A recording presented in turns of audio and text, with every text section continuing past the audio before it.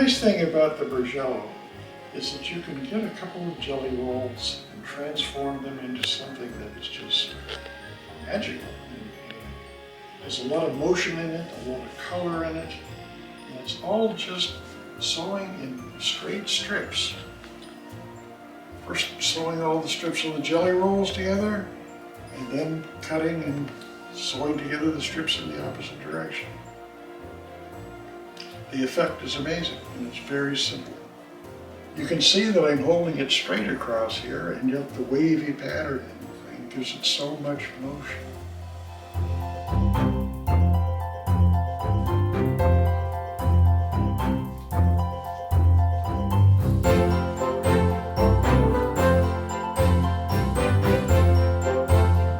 This is the first Bargello that I made with just 2 jelly rolls that had no duplicates.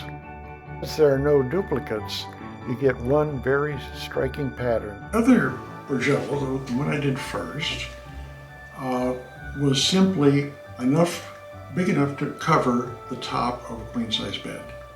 So it was 1 jelly roll for length and 2 for width. So it only required the 2 jelly rolls. So that was very easy to do. But it only covered the top of the bed, no overhang. Fabrics already in order, so I just left them in the order that they came in. It was very simple. Just grab the jelly roll and start sewing them together. It has 40 2.5-inch strips. And of course the finished size of the 2.5-inch strip is 2 inches. So 40 times 2 inches gives 80 inches. 80 inches is the height of a door and also the height of a queen-size bed. What I wanted to do was use a little bit more than 80 inches because I wanted to overhang the bed. So I wanted to add 8 more strips, which would give us 16 more inches. So in this case, because this is a repeating pattern, each one in this particular pack is duplicated, so I only need to add 4 more strips. Now, because I bought 6 to play around with, and I found actually 5 look pretty good, so I'm adding 5 instead of 4. That'll give us 20 inches, which is fine. So instead of 80 inches, we're going to have 100 inches. And that's going to make a nice big quilt.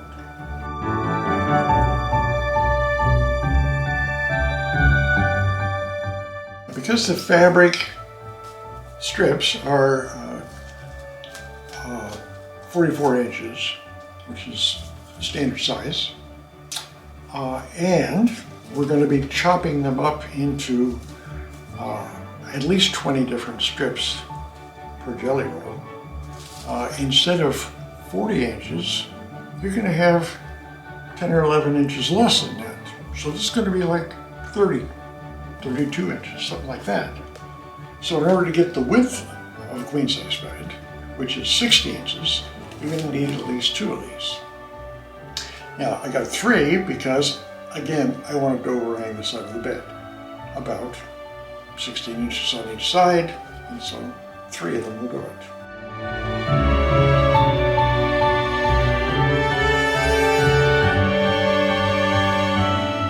This lighter colored stuff will be a very dominant, noticeable feature. It will weave up the bed. All the other colors do too, but because this is so much lighter, it'll kind of stand out as kind of directing everybody. They're only going to be this far apart. Now, if we had bought a jelly roll with all unique fabrics instead of duplicated, then we wouldn't have this duplication. It would be a much longer pattern, and you'd only probably have 1 or 2 of these going up the bed. Whereas in this case, we'll have more. I've decided on the order that I want them in, so now I'm going to sew these together.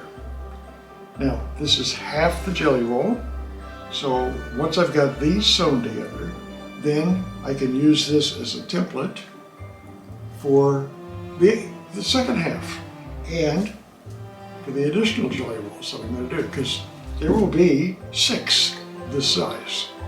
So this will establish the order, and then the rest of them are just copies of this. Okay, what I'm going to show you now is simply preparing the strips. They are nominally from 44-inch wide bolts, but we'll find that they aren't exactly 44 inches. I have pressed these and then refolded them and lined up the folds along here.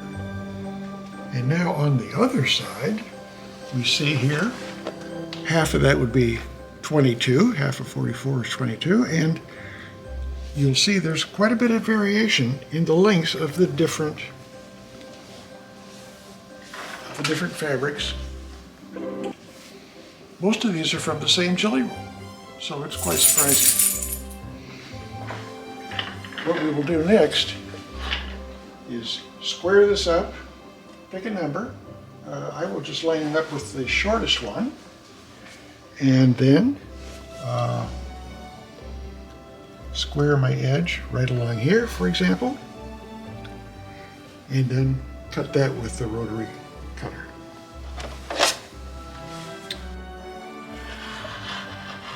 I'm doing several at the same time. Stacks have 3 or 4 different strips in the same one, and there we have it, all trimmed up. So this will make things a lot easier later.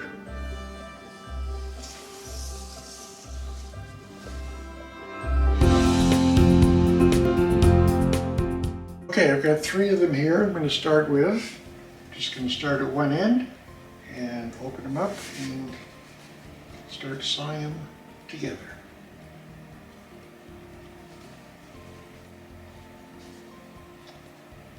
Just line them up. Now I start sewing on a little pad like this. It keeps the threads together so you don't have to worry about them. They're not going to be flying around or being pulled. This holds them, and then I'll just feed this right in behind it as I start sewing.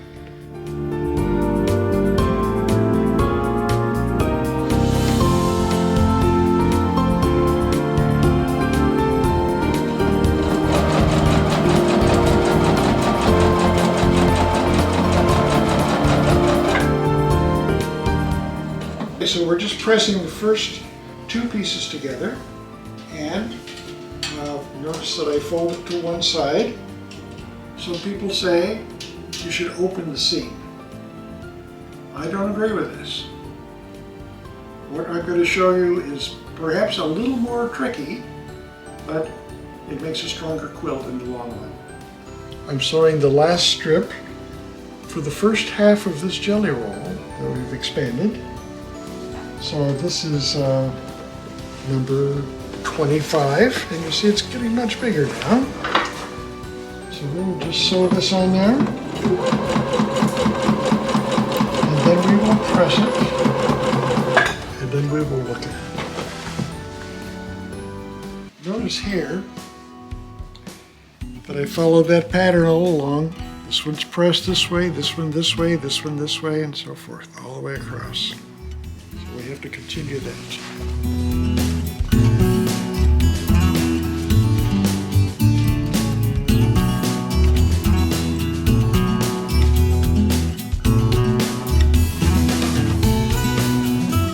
As I had said earlier, some people say flatten these seams. But if I had to flatten each seam and then press it, it would be more difficult than just paying attention and doing it this way. And this will make the quilt stronger. This technique of ironing in opposite directions only works for you if you have an even number of strips, like a jelly roll. That's the first half of our jelly roll. Add the rest of the jelly roll onto here, so that this will ultimately be 100 inches long. If we had not extended it, it would be 80 inches.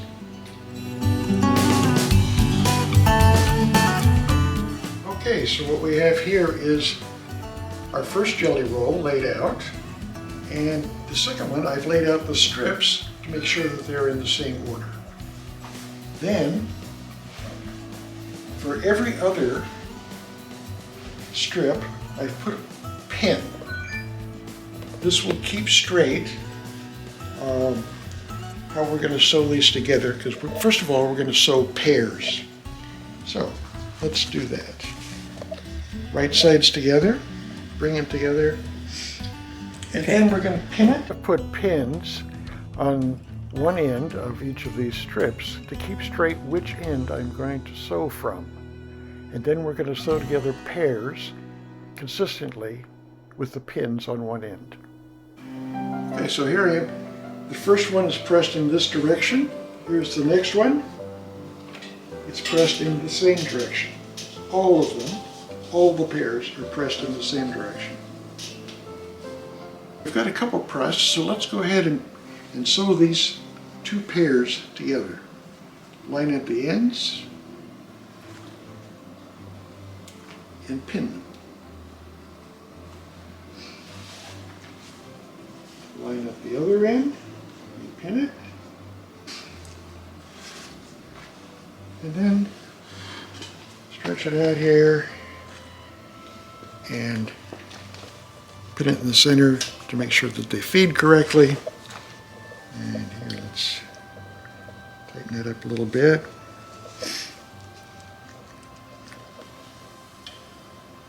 Okay, here we are with our two pairs, ready to sew them together. Now, the pins that I put in the ends are here together. And in this case, we are going to go down to the other end, and we're going to sew this direction toward the pins, whereas before we sewed away from the pins. This is very important. It keeps any stretching that you might have done evened out. You might stretch it in one direction, for one pair, and then the next stitch will be in the other direction to pull it right back. That way you will not have a deformed quilt. We have sewn together the entire jelly roll into one very long strip. Since there are 40 pieces, it makes about 80 inches for the complete jelly roll. And what we're going to do now is to sew these ends together so that we make one big cylinder out of it. May seem a little weird, but that's what we're going to do.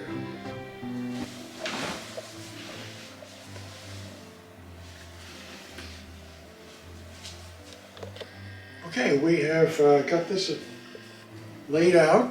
Here are the two edges together.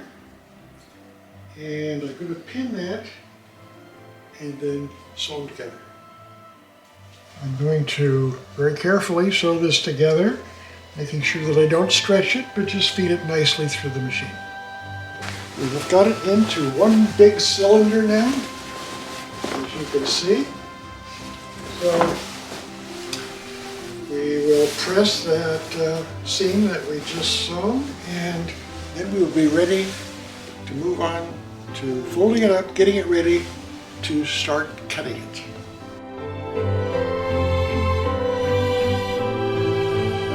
To get our optical illusion of the waving pattern, we're going to cut strips in the opposite direction from 3.5 inches down to 1 inch, 1/4 inch at a time. We'll want to print out the pattern, check off each time you cut one of the strips. So what we have here is that big circle that we made, a big cylinder, and I folded it up so it'll fit on my cutting board. And you can see there are several layers here. It'll all fold it up. And I put pins in here to hold it down. These flat-headed pins are particularly good because I can lay the ruler on top of them while I'm cutting and don't have to worry about that. I've pinned it here, I've pinned it back here, several places. That way I can cut off a couple of strips and not worry about it moving around in between. Now I'm going to cut 1.5 inch strip.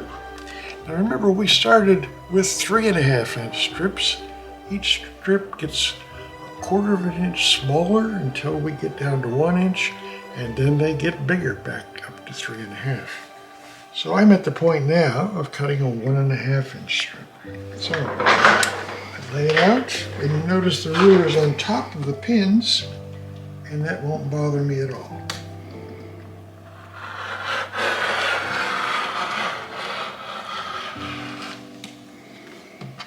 Okay.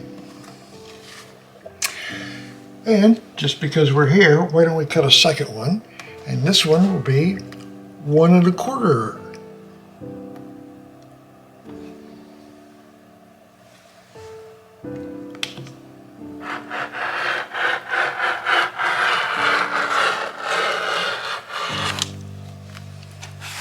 Okay, that's enough for now.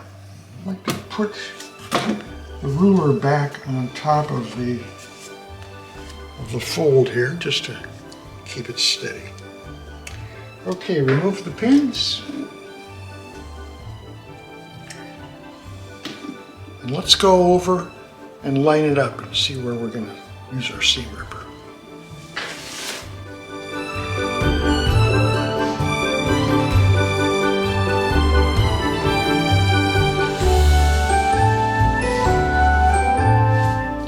You can see the pattern here.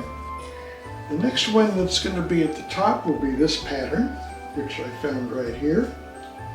And we note that that's exactly where it would be normally, but I cut it, and now we're going to shift it up 1. All right, and then all these others shift right along with it.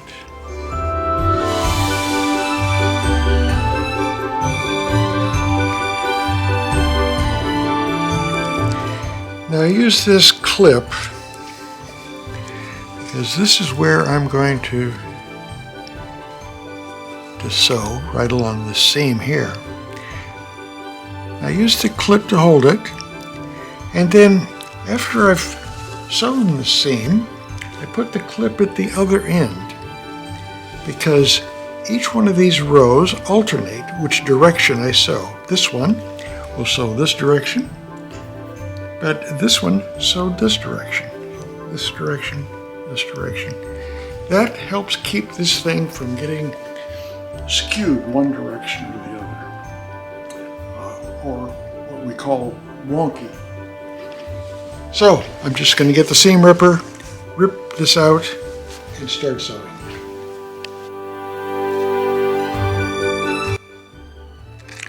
The seam ripper, of course, is your very best friend. Don't know what I'd do without it.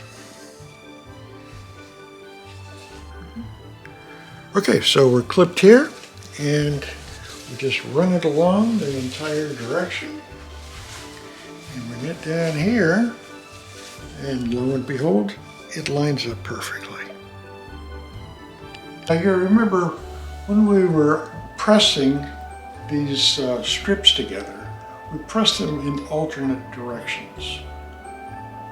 So this is why. We can see it right here. As we lay these down together, this one folds this way, the one underneath, and the one on top folds this way. Come over to the next one, and it fits that the same way. And then this one fits the same way. And that's because one's alternate of the other.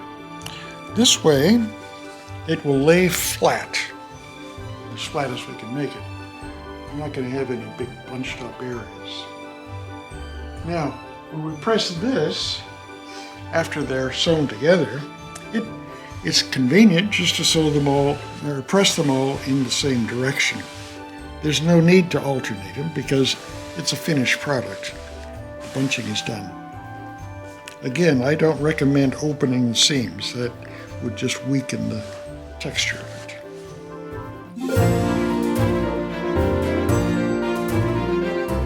We have finished sewing 2 jelly rolls together and cutting all the strips, and now we've completed with all the piecework. Let's look closely so we can see exactly what we've done here. We have the wide 3.5 inch strips And then each one gets narrower as we go along until we get down here, and this is just a 1-inch strip, which makes it a 1/2 inch finished. So it's quite small. And then they get larger again. Now in this direction, of course, we have moved each row up 1. So this moves up to here, this moves up to here. Each row just comes up 1. And because it was a cylinder, we just ripped this one seam out along this edge, and it's finished. And now, because you've looked at the underside, let's do a reveal of the top.